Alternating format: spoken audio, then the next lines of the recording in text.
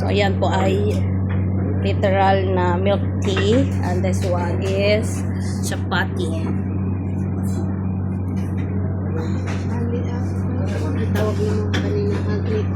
Basta naintindihan ko ang pangalan ko niya kanina. It's a milk tea. No, milk tea. Hot milk tea. Hot milk tea. O, yun na yun. So, yun. Hot milk tea po yan. Literal na milk tea. Pero hot siya. And this one is chapati. Yan, chapati. It's a mix of, a kubos with egg and chili. Yun. O, yan. And this is Lita. Lita who drinks hot milk tea. Mainit pa.